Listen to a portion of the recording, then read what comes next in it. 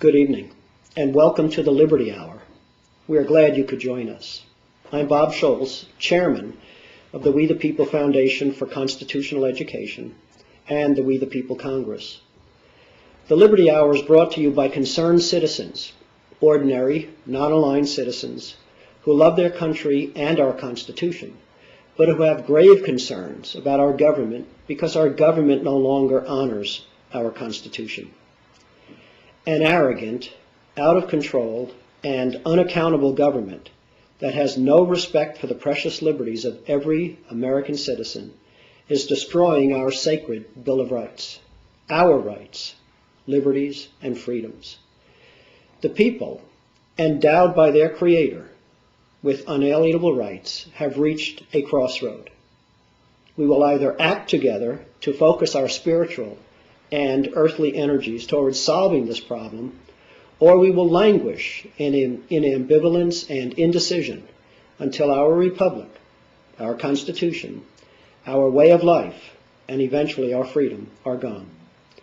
We the people must not allow the Constitution to become a dead letter. Later during this broadcast, I will outline a bold but doable plan that We the People Foundation and We the People Congress will spearhead. A plan designed to bring our servant government back under the control of the people and our Constitution.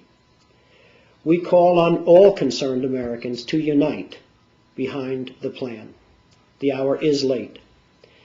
At the heart of the plan, which I will soon outline during this broadcast, is a mission statement as follows, and I quote, "With the grace of God and with malice toward none, and to force the leaders of the executive and legislative branches of the federal government to respond to each of the 4 petitions for redress of grievances that were recently served on every member of Congress and President Bush, we will do everything in our power, including the creation of a legal defense fund, to get 300,000 employers, employees, retirees, and self-employed people to immediately begin retaining and keeping in their possession the money that they would otherwise have turned over to the federal government." Now, before getting into some of the details of the plan, I believe it necessary to provide the rationale behind the plan and some information about who we are and our philosophy. We will begin by hearing from one American who has heard the call. He is one of America's finest citizens, an officer and a gentleman, a successful businessman, a family man, a man who loves God and country, a man who has served America well, Charlie Bell. Charlie.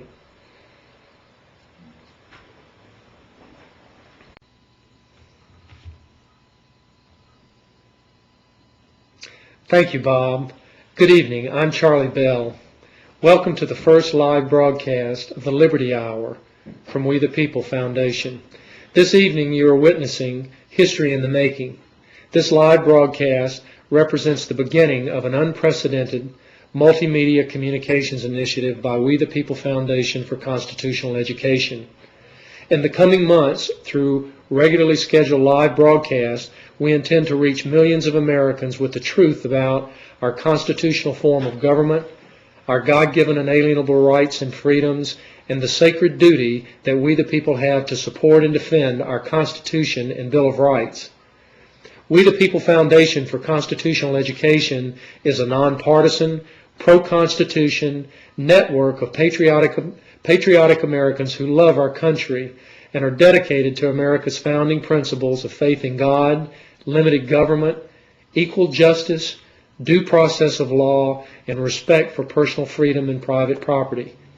For the past 3 years, we have been leading the fight to restore our Constitution and Bill of Rights and bring our government back under control of the people where it belongs. We the people come from all walks of life, and our numbers are growing daily. We are truck drivers and active duty military personnel. We are welders and carpenters. We're doctors and attorneys, judges and police officers, CPAs and ex-IRS agents, school teachers, and religious leaders. We are from every ethnic background, faith, tradition, color, and creed. Simply stated, we are Americans, and we share a Constitution and Bill of Rights that sets us apart as one nation under God. This past week, We the People Foundation delivered personal notices of tonight's live broadcast to hundreds of thousands of people nationwide. Personal notices were delivered to President Bush, senior cabinet officials, every member of the U.S. House of Representatives and Senate, our state legislators nationwide, federal circuit and appellate court judges, tax court judges, Supreme Court justices, the governors of every state, the mayors of our largest cities, newspaper editors, radio talk show hosts, religious leaders, police chiefs, county sheriffs, IRS officials, CPAs, tax attorneys, and thousands of other government officials. Tonight, our servant government is being put on notice. Obey the Constitution of the United States and our Bill of Rights, or we the people will take whatever nonviolent measures that are necessary to bring you back under our control where you belong. America's founders clearly understood and accepted God's design and purpose for civil government, and were willing to sacrifice their lives, their fortunes, and their sacred honor, everything they had, to be free. They established a constitutional republic that recognized the people's inalienable right to their lives, their liberty, and their property, with minimal government interference. Thus, America was conceived as a magnificent experiment in freedom that was unique in the annals of human history. And while the journey was tumultuous at times, the freedom won by our forefathers was ultimately extended to all citizens, regardless of their race, color, religion, or national origin, a testament to who we are as Americans and what we truly stand for as one nation under God. So what kind of government do we have in America today? Does our federal government function according to God's design and purpose? Do our federal, state, and local government officials defend and protect the most vulnerable among us from evil and injustice? Are the majority of our highest elected officials and government leaders in Washington honest, honorable, and loyal Americans who can be trusted to protect and defend our Constitution?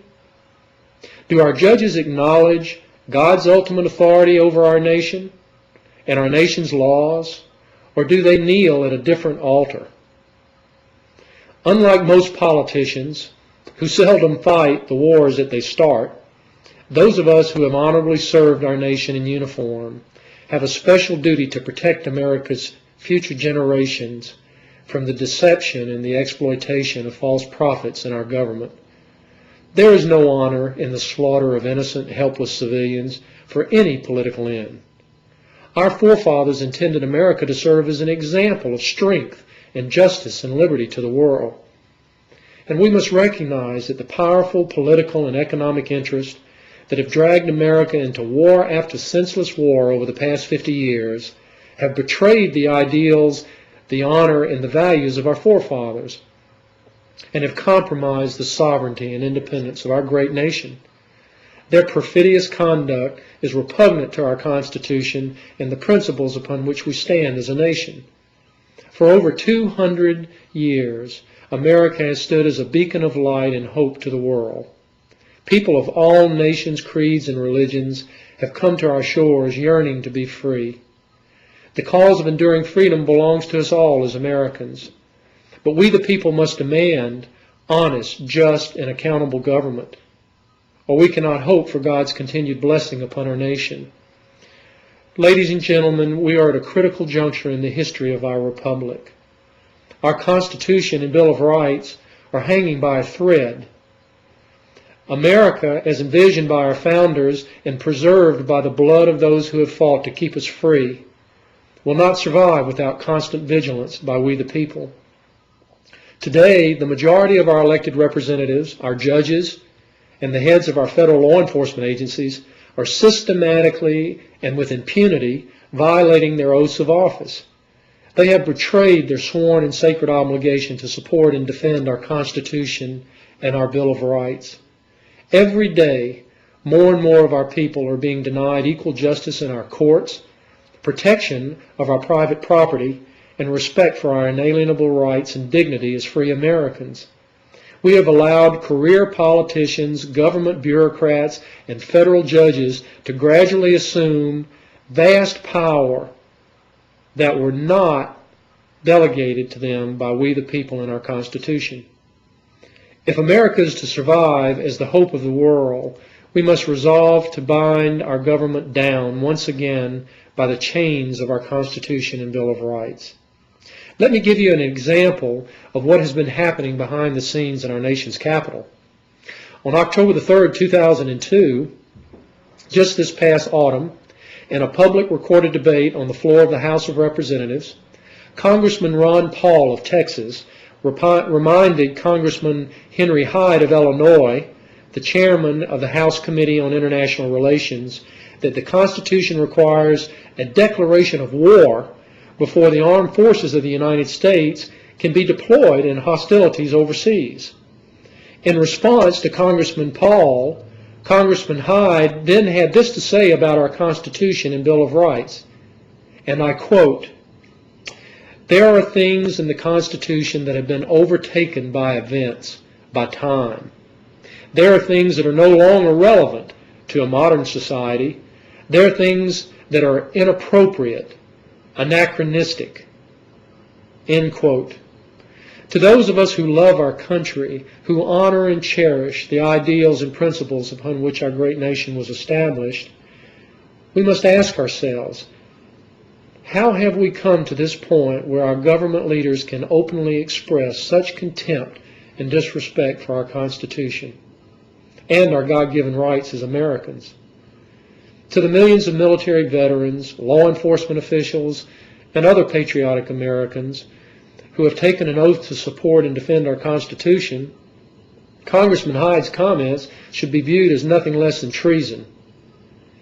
But tragically, the majority of our elected representatives in both political parties, as well as all the powerful financial, corporate, and special interests that control them, share Congressman Hyde's arrogance and his disrespect for our Constitution.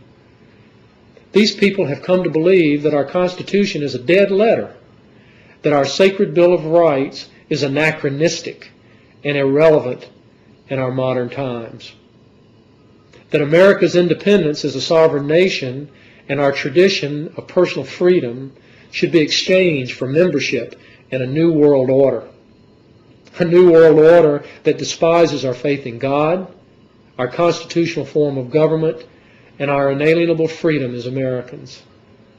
I proudly served our country as an officer in the United States Marine Corps, and like millions of American veterans, intend to keep my oath to support and defend the Constitution and protect our nation against all enemies, foreign and domestic, including politicians and government officials like Congressman Hyde, who have no respect for our Constitution and Bill of Rights.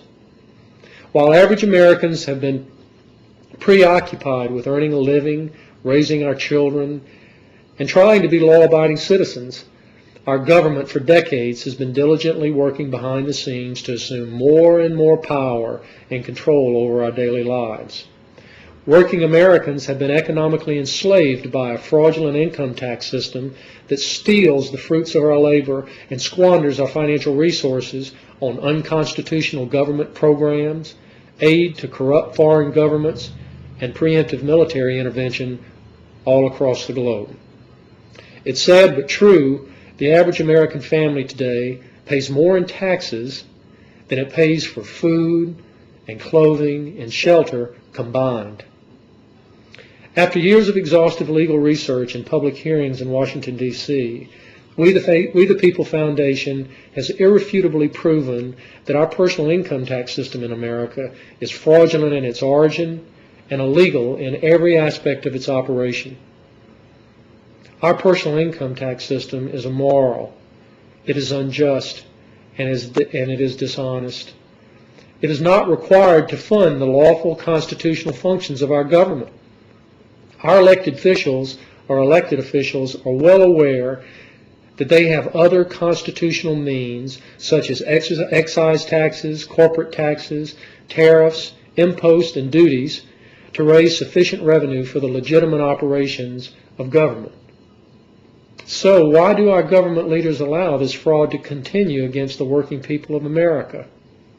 Simply stated, it is nothing more than greed and the desire for absolute political power and authority over the people. Let's be clear.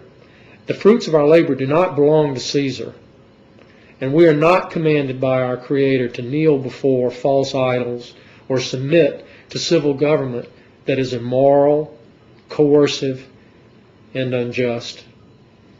The personal income tax system in America undermines everything that we stand for as a free people. For the past 3 years, We the People Foundation has been fighting to abolish this illegal direct tax on the labor of working Americans. For those of you who have stood with us in our efforts to restore our Constitution and Bill of Rights, we thank you for your integrity, for your courage, and for your sacrifice. We must never forget that in America, like no other country in history, the people, not government, are sovereign. Our right to life, liberty, and property are unalienable rights. They're natural rights.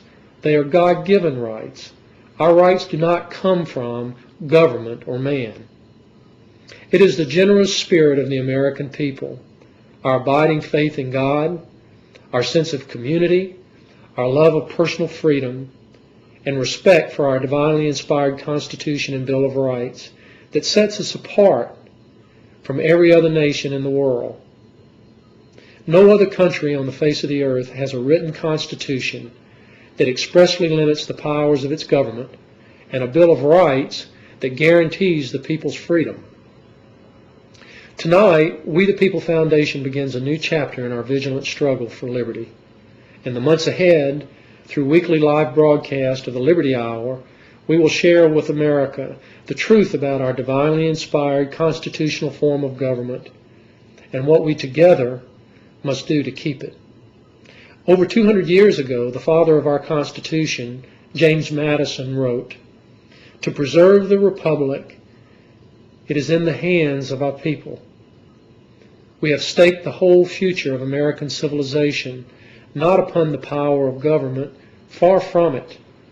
We have staked the future of all of our political institutions upon the capacity of mankind for self-government, upon the capacity of each and all of us to govern ourselves, to control ourselves, to sustain ourselves according to the 10 Commandments." Bob Schultz, the founder and chairman of We the People Foundation for Constitutional Education, has devoted his entire life to the restoration of our Constitution and Bill of Rights. He is a true patriot.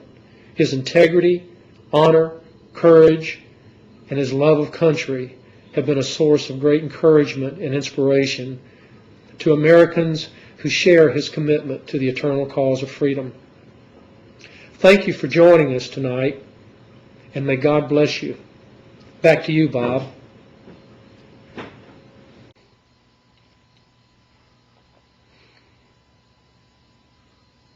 Thank you, Charlie, for your inspiring words.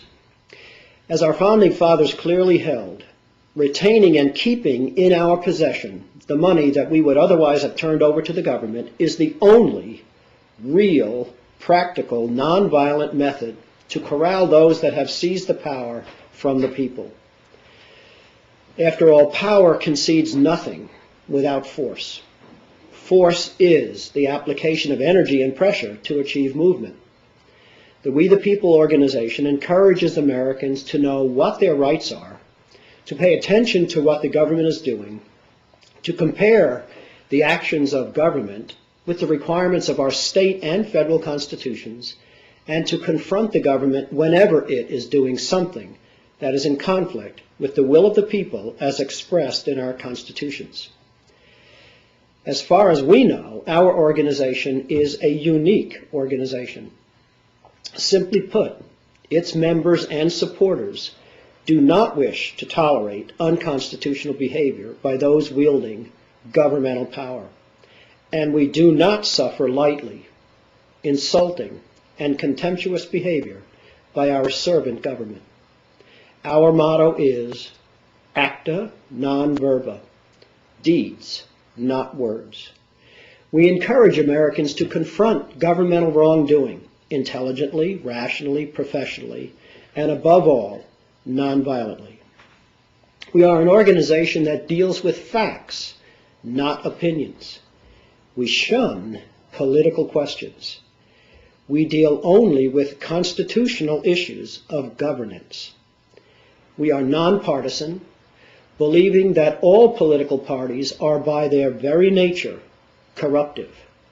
They cause individual loyalties to flow first to the party, rather than to the Constitution, leading away from the rule of law to the rule of man and the rule of whim.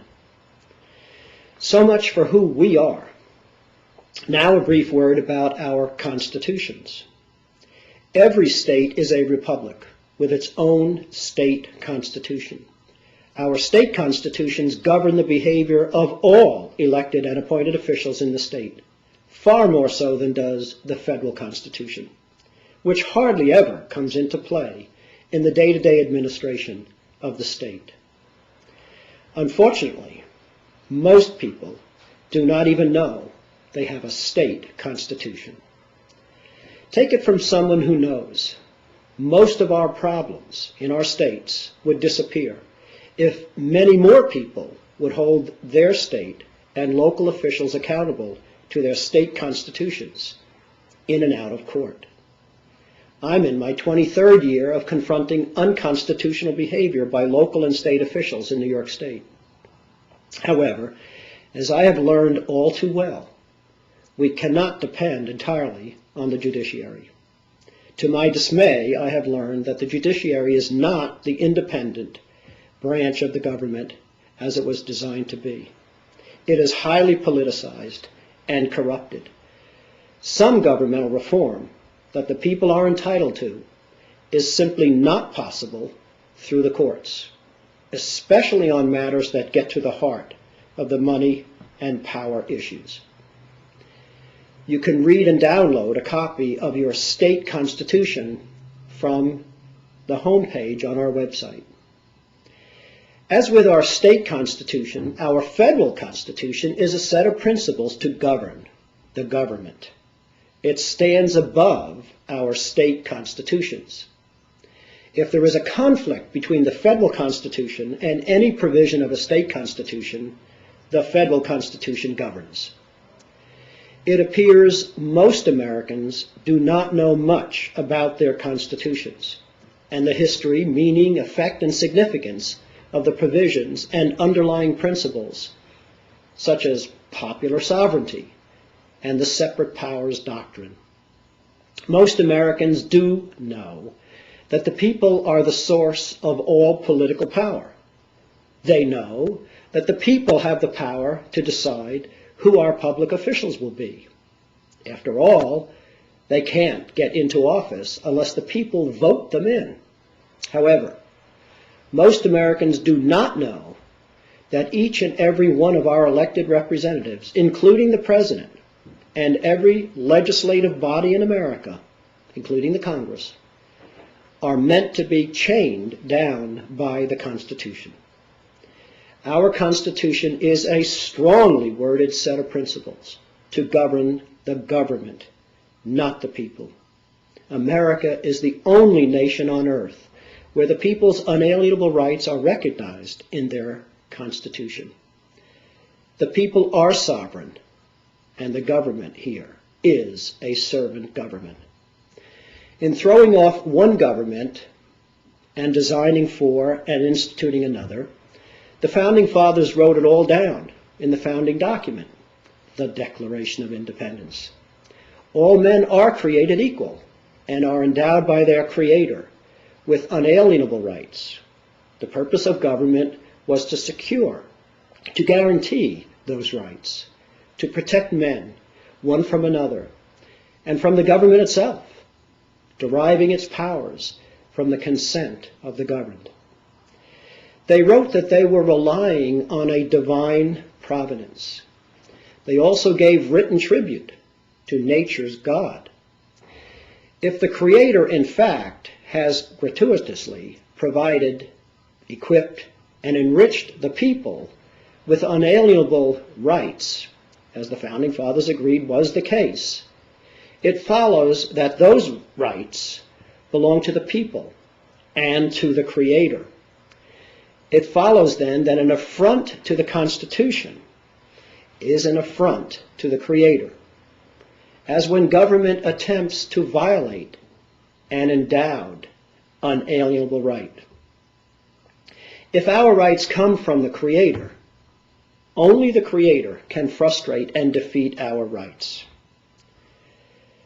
As the Founders said, a fundamental purpose of the People's Constitution is to remind the government that it, the government, cannot trespass on the rights of the Creator's people. Government cannot break off what God has put in place. Surely then, an offense against the Constitution is an offense against the Creator. If the Constitution does not specifically say some action by government is authorized, our servant government is not to engage in that activity, period. The people have not only formed their government and enabled the government to act in certain ways, they have purposely and markedly restricted and prohibited the government from acting in certain ways. We, the people, have the right and the power to establish limits to the authority of government. When government takes one step beyond those limits, it takes possession of a boundless field of power, no longer capable of definition. There is a word for rulers who believe they are unrestrained by law or constitutions. For those usurpers of popular sovereignty, that word is tyrant. There is a word for a system of governance in which the rulers have unlimited power. That word is despotism. In the interest of protecting, enhancing, and preserving individual liberty and freedom, the people must pay attention to what government is doing and petition or question government when they are aggrieved. When the government steps outside the boundaries the people have drawn around its power by the written constitutions, infringing on one or more of our unalienable rights. Make no mistake about this. Government is the enemy of freedom. Unrestrained government is not the benefactor of the people. Unrestrained government ends freedom. Public education, education by the government, has all but replaced private education in America. And the government has apparently decided that it is not in its best interest to teach our children about these essential principles underlying our system of governance, or that they, the children, have a developing responsibility as they go through their lives to question government, to question governmental behavior, and to confront unconstitutional and illegal actions by our elected representatives. Instead, generations of children have been led to believe that the state is sovereign and that our system of governance is a democracy rather than a constitutional republic. As Americans, we democratically elect our political representatives. But America is not a democracy. Democracy is mob rule. In a democracy, 51% of the voting population can deny 49% of their fellow citizens their unalienable rights to life, liberty, and property. That is not what our Creator and the Founders intended for us when they wrote the Declaration of Independence, the Constitution, and the Bill of Rights 225 years ago. In a republic such as we have here in America, every one of our citizens, regardless of his or her race, religion, political influence, social status, or economic station in life, has unalienable, constitutionally protected rights that cannot be lawfully abridged by a power-hungry government. And it is those who are most vulnerable to the abuses of democratic mob rule and governmental tyranny who are most protected by our Republican form of government. We remember those occasions in modern history when democratically elected governments have violated their citizens' most basic rights to life, liberty, and property because a majority of the population found it acceptable. In America, there are only two things that stand between the people and governmental tyranny: our Constitution and our will as a free people to protect and defend it. The Liberty Hour is dedicated to the defense of our Constitution and the protection, preservation, and enhancement of our individual unalienable rights, liberties, and freedoms. Foremost among the tools we have in our possession is the unalienable right to petition an out-of-bounds government for a redress of grievances. In America, the right to petition our government for a redress of grievances is the basis of our liberty. Our founders explicitly recognized this right in the First Amendment to our Constitution, for they understood that without it, we could not have a servant government whose power is defined and limited by the consent of the people. Think about it. We have all those rights we often hear about: the right to worship and speak freely, to keep and bear arms, to property and privacy, to equal protection and due process, to juries and speedy trials, and so forth. But what if government infringed on those rights and we did not have the right to petition for a redress of those grievances? Then in effect, we would not have those rights, right? That's how important the right to petition for redress of grievances is. It's that basic to the protection of our liberty.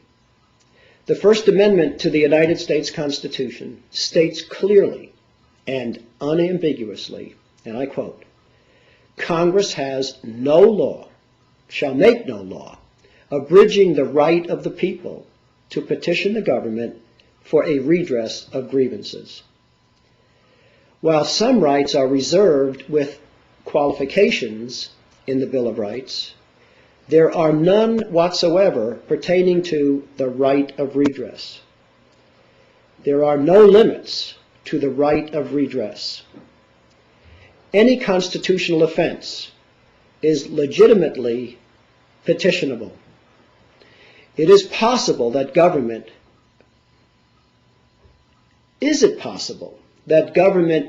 might choose to ignore the people's petitions for redress of grievances? Yes, of course. After all, government gets down to people, and people suffer from human frailties, like the love of money and power. The Founding Fathers were well acquainted with the fact that government, as human, is the enemy of freedom, that those wielding governmental power despise petitions from the people, and that the representatives of the people in a popular assembly, such as Congress and our state legislatures, seem sometimes to fancy that they are the people themselves, and exhibit strong symptoms of impatience and disgust at the least sign of opposition from any quarter. The Founding Fathers knew that it was possible for the institutions of the Congress, the executive, and the courts to someday begin to fail in their duty to protect the people from tyranny. The Founding Fathers also knew that unless the right to petition included the right to withhold their money from the government until their grievances were redressed, their grievances might fall on deaf ears, and liberty would give way to tyranny, despotism, and involuntary servitude.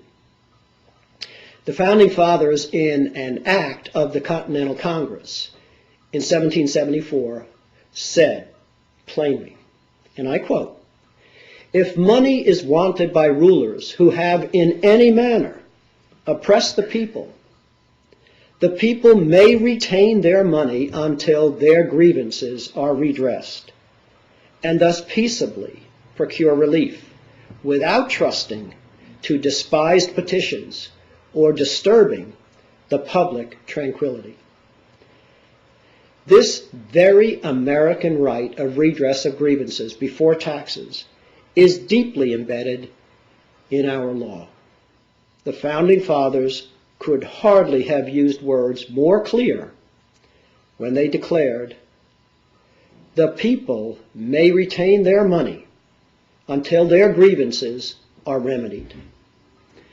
By these words, the Founding Fathers fully recognized and clearly stated that the right of redress of grievances includes the right of redress before payment of taxes. That this right of redress before taxes lies in the hands of the people.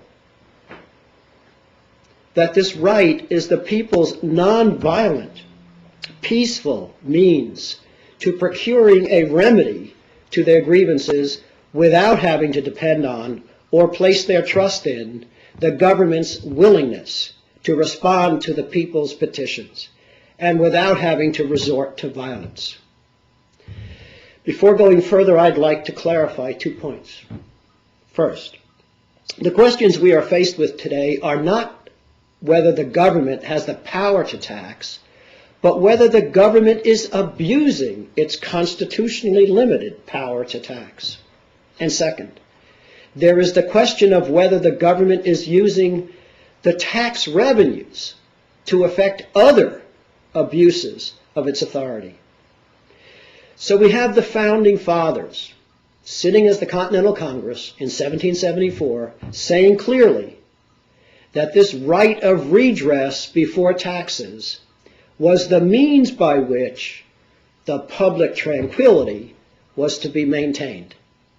Then, sitting as the Constitutional Convention, the Founding Fathers declared that one of the major purposes of the government, the federal government, was to ensure domestic tranquility. Therefore, whenever the right of petition, the right to petition for redress of grievance is violated, the people have a double grievance: a denial of justice by the government and an incitement by the government to general unrest. Any notion, spurious act of Congress, or opinion by a court that taxes must be paid before redress is a perversion of natural law, of modern English law, of the American Constitution, and of truth and justice. The reverse principle of taxes before redress is based on the essence of monarchy and kingly power. The king owns everything under his domain. People possess property under a monarch by his grace alone. Since a king owns everything under his domain, he merely has to speak to lawfully dispose of his property.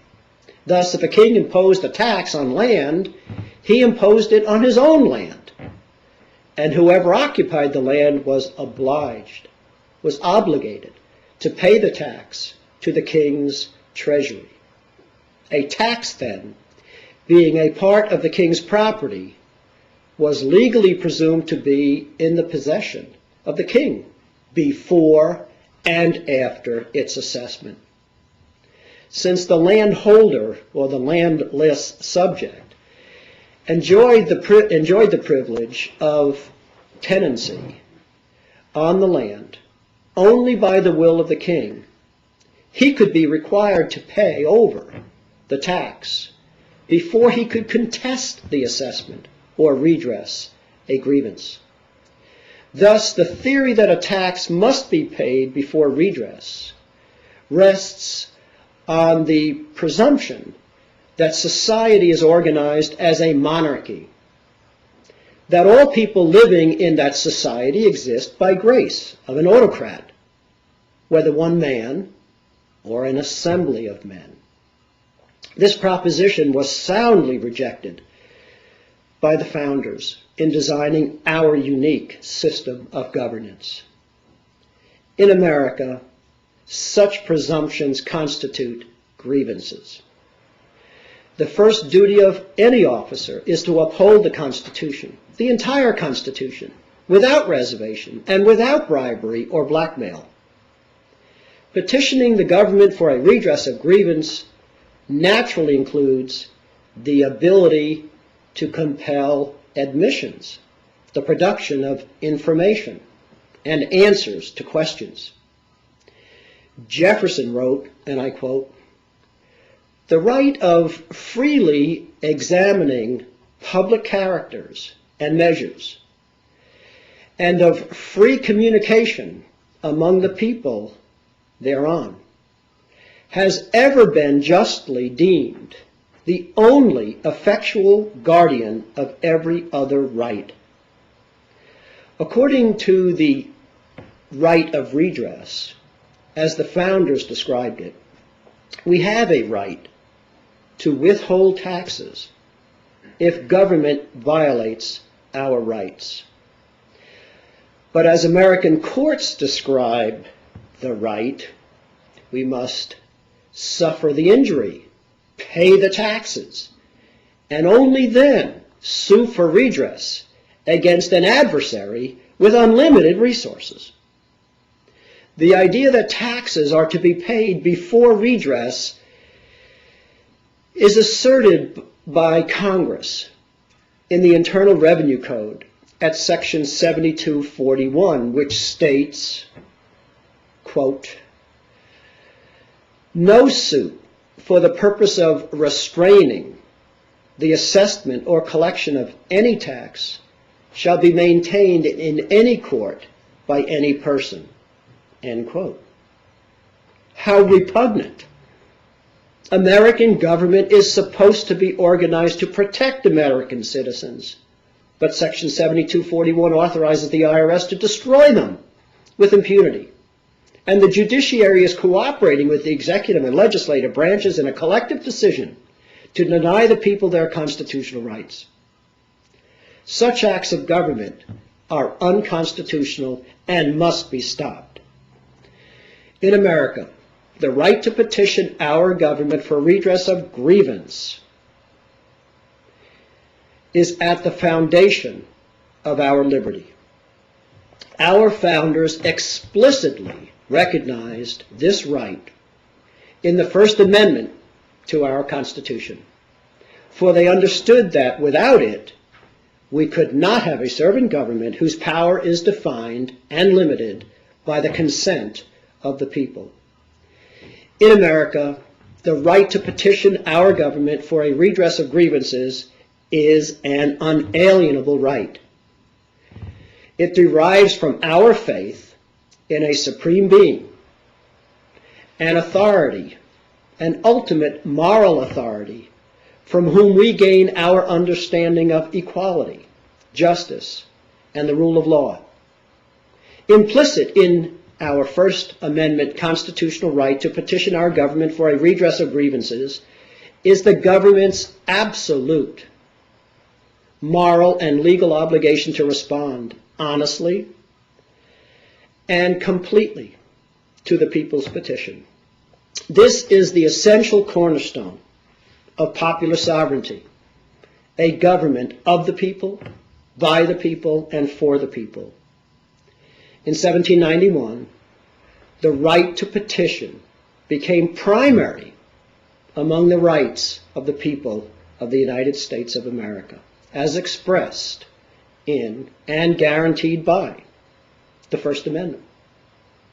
Some would have us believe that our First Amendment right of petition is nothing more than a guarantee of free speech,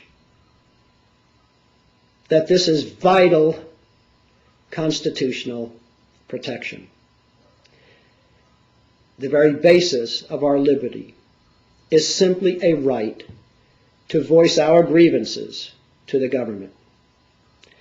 Some would try to convince us that we, the people, do not have the absolute right to an honest and complete response to our petitions, or the authority to demand that our government correct the abuses and violations of our liberties that result in our petitions. Some would even go so far as to say that it is merely a right to complain, with no expectation of response. This is nonsense.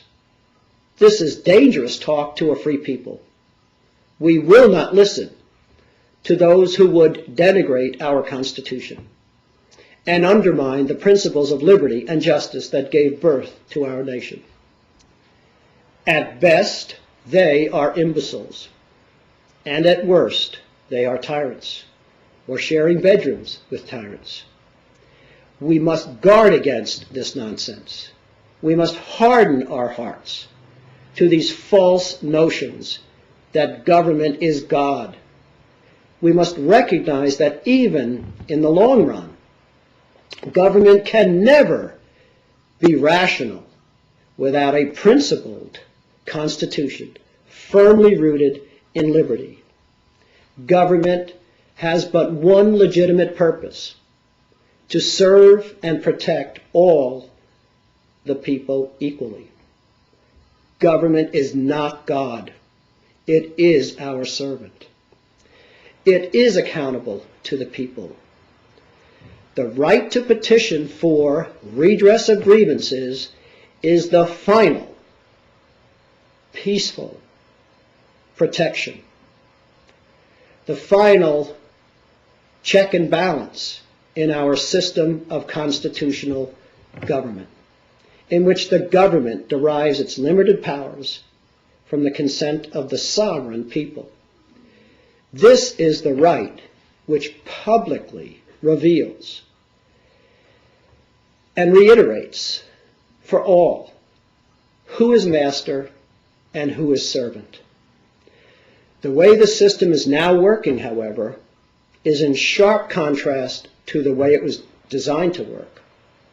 The servant is taking over the house. The government has brought us to the brink. The Constitution is hanging by a thread. Not only is the government neglecting its duties, it is operating outside the boundaries the people have drawn around its powers. The following are just some of our grievances.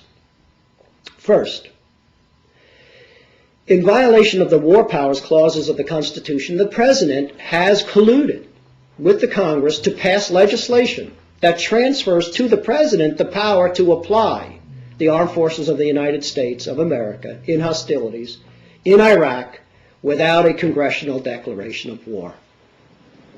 Second, in a hasty response to widespread fear and panic following 9/11, our elected representatives voted on the USA Patriot Act, with many having not read it, which by the act, the plain language of the act, violates and seizes a number of the unalienable rights of the people.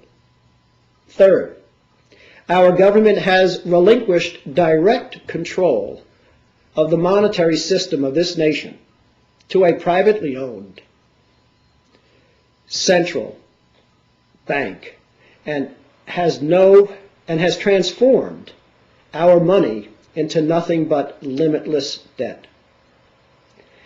and a significant portion of the Federal Reserve stock is held by foreign entities. And fourth, the U.S. Department of Justice and the Internal Revenue Service reneged on their July 2001 agreement to appear at a recorded public forum to meet with the people and to answer the people's well-documented legal charges relating to the fraudulent origin and illegal operation of the federal income tax system. These are tyrannical and despotic acts. Are they to be tolerated by the people of the United States of America, a free people? We say no. We say never. On October 7th, 2002, we posted 4 petitions for redress on our website. We urge everyone to read, and if so moved, to add their names to the thousands that have already signed them. On November 8th, 2002, the 4 petitions signed by thousands of American citizens who reside in all 435 congressional districts were hand-delivered to the offices of each member of the House of Representatives and each member of the Senate. On November 12, 2002, the petitions were each formally served on President Bush. To repeat, the petitions address specific constitutional grievances relating to the war powers clauses of the Constitution and the Iraq resolution, the privacy, due process, and free speech clauses of the Constitution and the USA Patriot Act, the money clauses of the Constitution and the Federal Reserve System, the tax-related clauses of the Constitution and the federal income tax system. With the exception of the income tax petition, the petitions for redress include specific questions which we the people have rightfully expected to be answered. We the people have an unalienable right to freedom from a government that does not respond to proper petitions for redress. With respect to the income tax petition, we were further along than the other 3 petitions. Our questions regarding the income tax have already gone unanswered by the government following its receipt of an earlier petition for redress regarding the fraudulent origin of the income tax system and its illegal operation. The current income tax petition, the current petition for redress of grievances regarding the income tax, moved the petitioning process to the next level. There is more to the petitioning process than the mere submittal of the founders, referred to as the despised petitions. The people's petitions respectfully requested each congressperson and the president to send a representative to meet with a very large delegation representing the people from all 50 states and all 435 congressional districts at 2 p.m. on November 14th, 2002, on the National Mall, to either answer the questions or to tell the people when the questions will be answered. Hundreds of people from nearly every state in the Union were there, most having driven in caravans to await the government's response to their petitions for redress. While the government's failure to respond, with the government's failure to respond, we can see a clear pattern. Our elected representatives do not feel compelled to honor their oaths of office, to respect the Constitution, to respond to the people. We must now take the appropriate next step. As of November 14, 2002, the government has left us no choice but to engage in civil action, a proactive, nonviolent mass movement with the explicit goal of restoring the republic by bringing the government back under the control of the people and our rule book, the Constitution of the United States of America. We appear to have reached the point where the institutions of the court and the Congress and the executive have failed in their constitutional duty to protect the people from tyranny. The government is refusing to answer the people's allegations of governmental wrongdoing. Unless the people withhold their money from their government, their grievances will continue to fall on deaf ears. And liberty will give way to tyranny, despotism, and involuntary economic servitude. Every adult in this nation has a personal duty and a moral responsibility that stem directly from our heritage to repel the tyrannical acts of those to whom the people have granted well-defined and limited powers. The right to petition is the foundation of popular sovereignty and is the direct vehicle for the peaceful, nonviolent resolution of matters involving errant government. This right is the procedural mechanism that enables the people to call any branch of their government, their servant government, before them. To repeat, in America, there are only two things that stand between the people and governmental tyranny: our Constitution and our will as a free people to protect and defend it.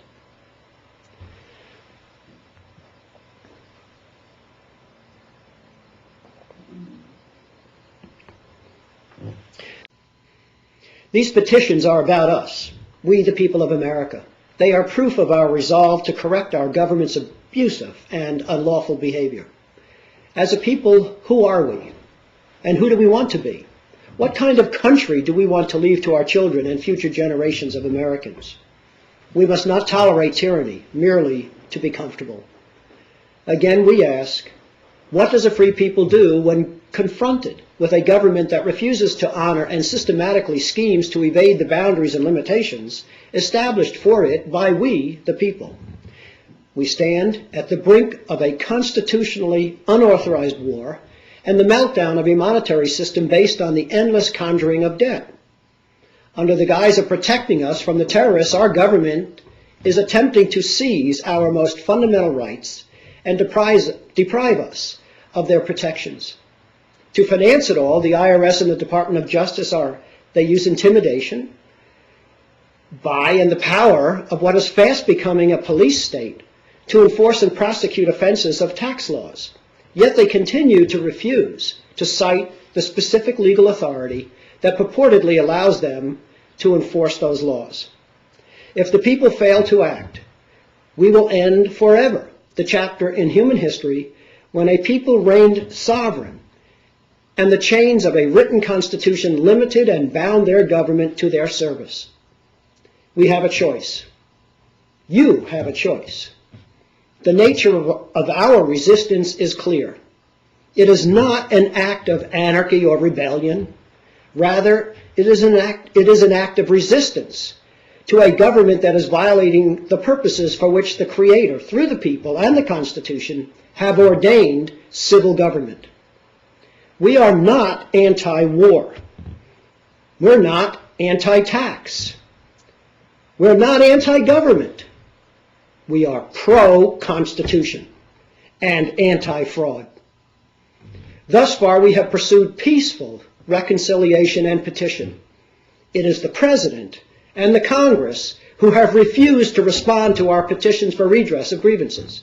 in violation of the First Amendment. We did not initiate this conflict. We have been fully committed to peaceful reconciliation and have pursued that course for decades. We have no desire for resistance or violence of any kind. However, in the people's peaceful reconciliation attempts, the people's petitions and appeals have been met with force, and in some instances, with near military force. The defense of our homes, families, properties, and possessions is a most important point to us. It is our heritage. It is our right. There is not the most distant thought of subverting the government or of hurting the interests of the people of America, but of defending our personal rights, freedoms, and liberties from unjust encroachment. There was not the least desire of withdrawing our allegiance from the leaders of the branches until it became absolutely necessary. And indeed, it has been their choice, their own choice. Our political leaders know that our cause is just. They know that we, the people, struggle for that freedom to which all men are entitled, that we struggle against oppression, seizure, plunder, extortion, and more than savage barbarity. We are not moved by any light or hasty suggestion of anger or revenge. Through every possible change of fortune, we adhere peaceably to this determination. Our property and happiness have been attacked. Our self-defense against an aggressor government is righteous. Our civil action is for the cause of civil justice, a righteous struggle undertaken in defense of our property, our happiness, and our families. It is to oppose the invasions of usurped power. We will bravely suffer present hardships and face future dangers to secure the rights of humanity and the blessings of freedom for generations yet unborn. It is our obligation as responsible citizens of this country to set a proper value upon and to defend to the utmost our just rights and the blessings of life and liberty. Without this personal commitment, a few unprincipled individuals would tyrannize the people and make the passive multitude the slaves of their power. Thus it is that civil action is not only justifiable, but an indispensable duty to correct these wrongs. It is upon these principles that we are resisting the government and will oppose force with nonviolent force. Any wage earner or retiree who gives money to the federal government and any employer who withholds money from the paychecks of working Americans is undermining the people's rights, freedoms, and liberties. Under the present circumstances, their behavior must be considered to be un-American. As our founders said so clearly, if money is wanted by rulers who have in any manner oppressed the people may retain their money until their grievances are redressed, and thus peaceably procure relief without trusting to despised petitions or disturbing the public tranquility. We, the people, must get redress of grievances before payment of income taxes. No answers, no taxes. Remember this: the United States government has failed to respond to the well-founded charges of the people. Their failure to respond to the people's critical questions of law and Constitution can only be interpreted as complete verification that the charges are true. Just as in a court of law, if a defendant does not respond to a specific allegation of fact, it may be inferred as a matter of proper judicial procedure that the allegation is true. Our government's administrators, and elected representatives have an explicit legal duty to respond to our petitions for redress. Unless and until these officials respond to our charges, they will be properly assumed to be true, and the people may proceed accordingly to secure their redress. Our campaign to stem and restrict the funding of this government is based on several core and extremely defensible legal bases. The First Amendment secures the people's right to petition for redress. This foundation has dutifully documented the U.S. government's repeated failure, indeed outright refusal, to respond to our petitions. For this alone, the people are justified to act. The U.S. government patently refuses to cite any specific statutory authority to assess income tax against the ordinary wages and salaries of this nation's people. For this alone, the people are justified to act. The U.S. government patently refuses to cite any specific authority giving them bona fide legal jurisdiction to enforce U.S. income tax law inside the geographical boundaries of the 50 states. And for this alone, the people are justified to act. The U.S. government refuses to cite the specific authority that mandates that employees submit to withholding, that employers must withhold, and that citizens of this nation are, in fact, in any manner, liable for those taxes. For this alone, the people are justified to act. The U.S. government continues to administratively enforce U.S. tax law in a manner that plainly violates many aspects of the Constitution, including gross violations of the right to due process, privacy, property, and the right to a court order resulting from a bona fide judicial hearing before property or wages may be seized by our government. For this alone, the people are justified to act. The Department of Justice, in collusion with the federal courts, have acted broadly to deny justice, fairness, and due process to those accused of so-called tax crimes, resulting in a de facto two-tier system of justice, one for real criminals, the other for so-called tax criminals. For this alone, the people are justified to act.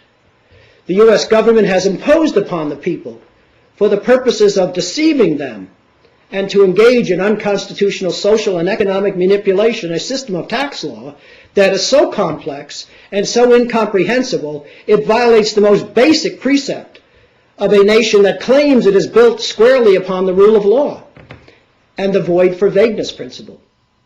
That the people need to be able to know what the law says and understand what it means. For this alone, the people are justified to act.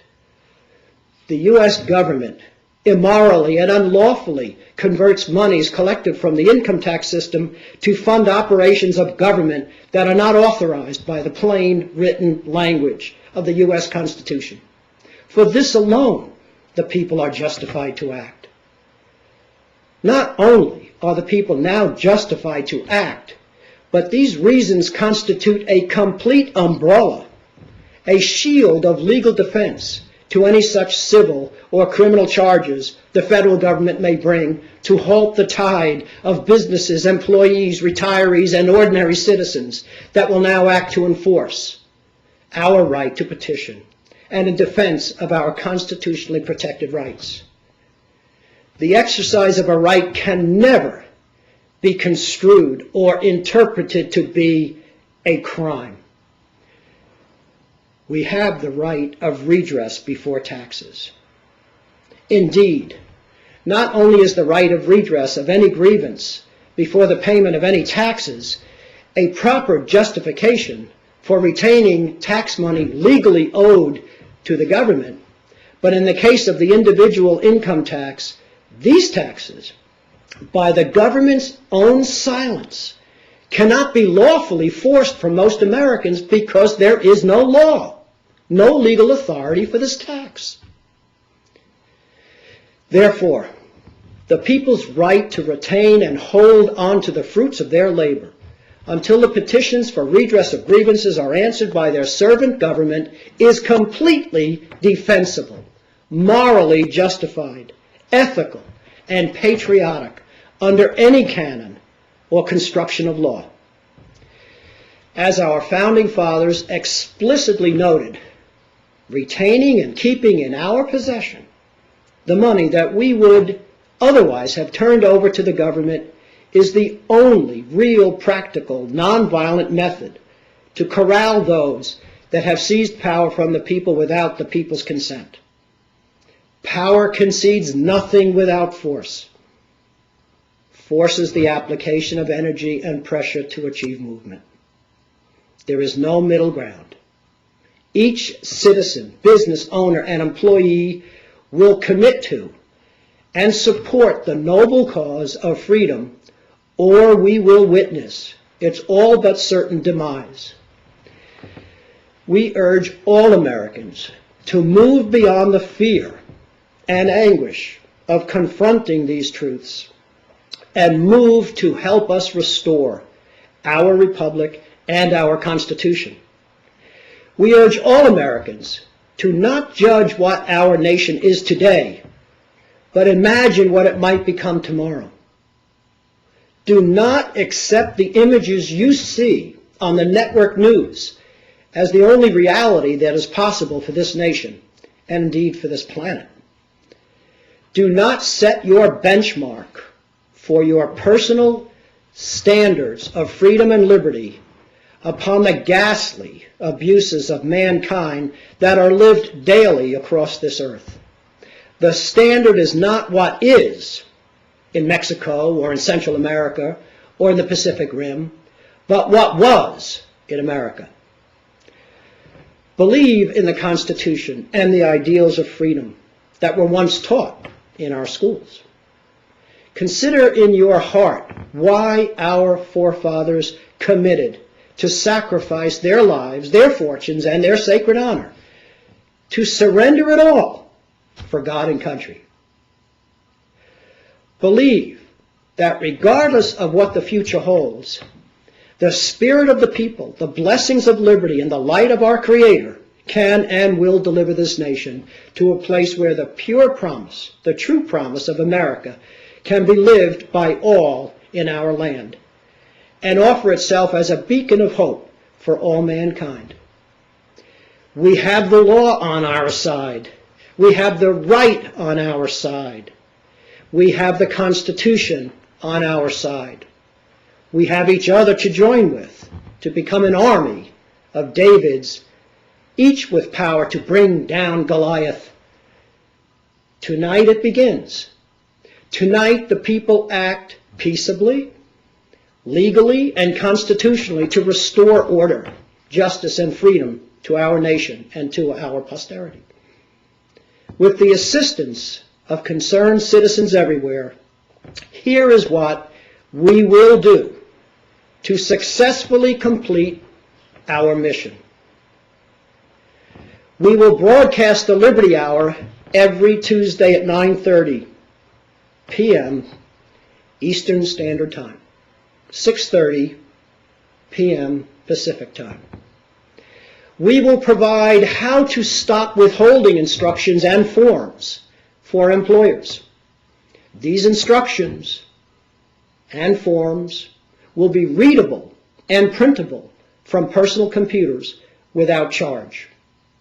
We will provide how to approach your employer to stop withholding instructions and forms for employees.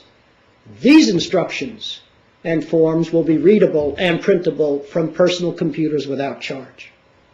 We will provide how to stop filing tax returns and paying instructions and forms for employees.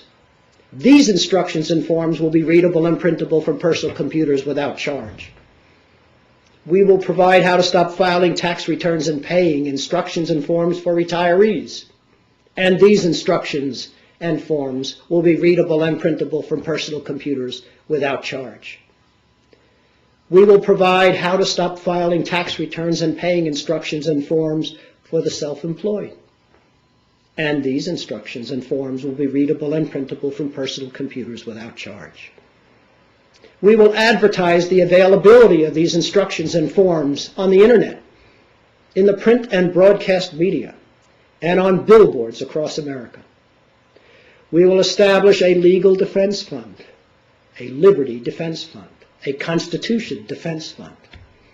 We will retain a team of attorneys. Should any government representative contact any participant in the fund because the participant took any of the actions recommended above, the participant need only contact the fund. The fund will represent the participant as appropriate, including filing an action against the government representative in his or her individual capacity for violating the rights of the participant under color of law. Using the We the People Congress, we will organize the people and institutionalize citizen vigilance in all 435 congressional districts in the country, sending a strong message to the government. An act of tyranny anywhere is a threat to freedom everywhere. If you come after one of us, you will come after all of us. Picking up on one of Jefferson's ideas, we will develop internet ward republics. We will reorganize the We the People Foundation and Congress to broaden the geographical representation on the boards of directors and to establish a presence across the Potomac from the District of Columbia with a full-time paid staff. We need to improve our database and information management systems. We need administrators. We need public communications people. We will schedule national strike days, national boycotts, and national days of prayer and fasting. We will seek gifts and bequests, donations and contributions, We the People Congress membership dues, $25 a year. Unless you tell us you can't afford to pay the dues, in which case we will add you to our membership list for $1. We'll have a legal defense fund with dues of $300 a year. And donations on our for our educational tapes, CDs and DVDs and reports and jackets and flags and bumper stickers and so forth. Additional details on every element of the plan will be posted on our website and discussed during our Tuesday broadcasts of the Liberty Hour. We will make things happen and get things done as quickly as we can.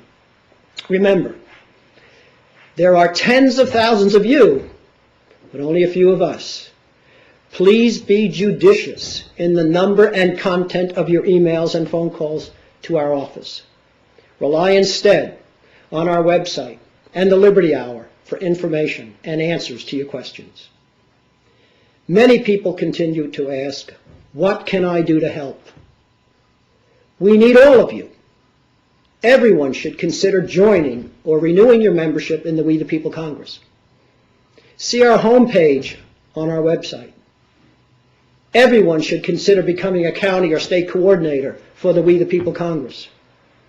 Those with special resources and skills to offer, please contact us by email. Those of you able to send money, please do so. You can donate to the foundation. The details are on our website. We hope to install soon a subscription page, allowing for the automatic monthly transfers of designated amounts of money to the foundation and for the donor to select which of our projects he or she wants the money to be used for. Now, in closing, let me say this. We love our country, but a growing number of people have grave concerns about our government, which is promoting anarchy, rebellion, and lawlessness, which we oppose. All individuals on American soil are party to the Constitution. The Constitution begins with the words, "We the people." Neither the government nor the Constitution gives us the rights essential to liberty and the pursuit of happiness. We claim them from a higher source, our Creator. He who is referred to in the founding document, the Declaration of Independence. They are not, our rights, they are not annexed to the people by paper and votes, but by the decrees of providence, which establish the laws of our nature. They are born with us, exist with us, and cannot be taken from us by any human power without taking our lives. In short, they are founded on the unchangeable maxims of reason and justice. It would be an insult on the Creator to say that He has given or allowed any man or body of men a right to tax our labor and to make us miserable. Our property and happiness have been attacked. Our self-defense against an aggressor government is righteous. The people's purpose in this civil action is to convey to the government a fivefold message. First, the Constitution is more than a piece of paper, and the people will not let it become a dead letter. Second, none of the unalienable rights of the people are subject to modification or seizure by the government. Third, the government is limited by the words of the Constitution. Fourth, there are legions of people who are willing to stand and defend their rights, liberties, and freedoms and the essential principles of popular sovereignty and government of, by, and for the people. And five, the people now realize it is their duty to meet force with force to defend against the government's unconstitutional attempts to seize power from the people. Our civil action is for the cause of civil justice, a righteous struggle undertaken in defense of our property, our happiness, and our families. It is to oppose the invasions of usurped power. It is our obligation as responsible citizens of this country to set a proper value upon and defend to the utmost our just rights and the blessings of life. Again, without this personal commitment, a few individuals would tyrannize over the people and make the passive multitude the slaves of their power. Thus it is that our civil action is not only justifiable, but an indispensable duty to correct this wrong. It is upon these principles that we now encourage widespread resistance to the government. We must oppose force with nonviolent force. Again, we do not rebel. Ours is not a rebellion. We do not seek the overthrow of the government in order to place another in its place. We are not against government. We are against government that has gone bad or wrong. We seek only to have our government serve the people under bona fide law within the limitations of the Constitution. Our purpose is a nonviolent defense of our natural rights, which it is the business of civil government to protect, not to subvert, and the exercise of which it is the duty of civil government to enlarge, not to restrain. Man does not exist for the sake of government, but government is instituted for the sake of man. Thank you, and blessings to all of you and your families.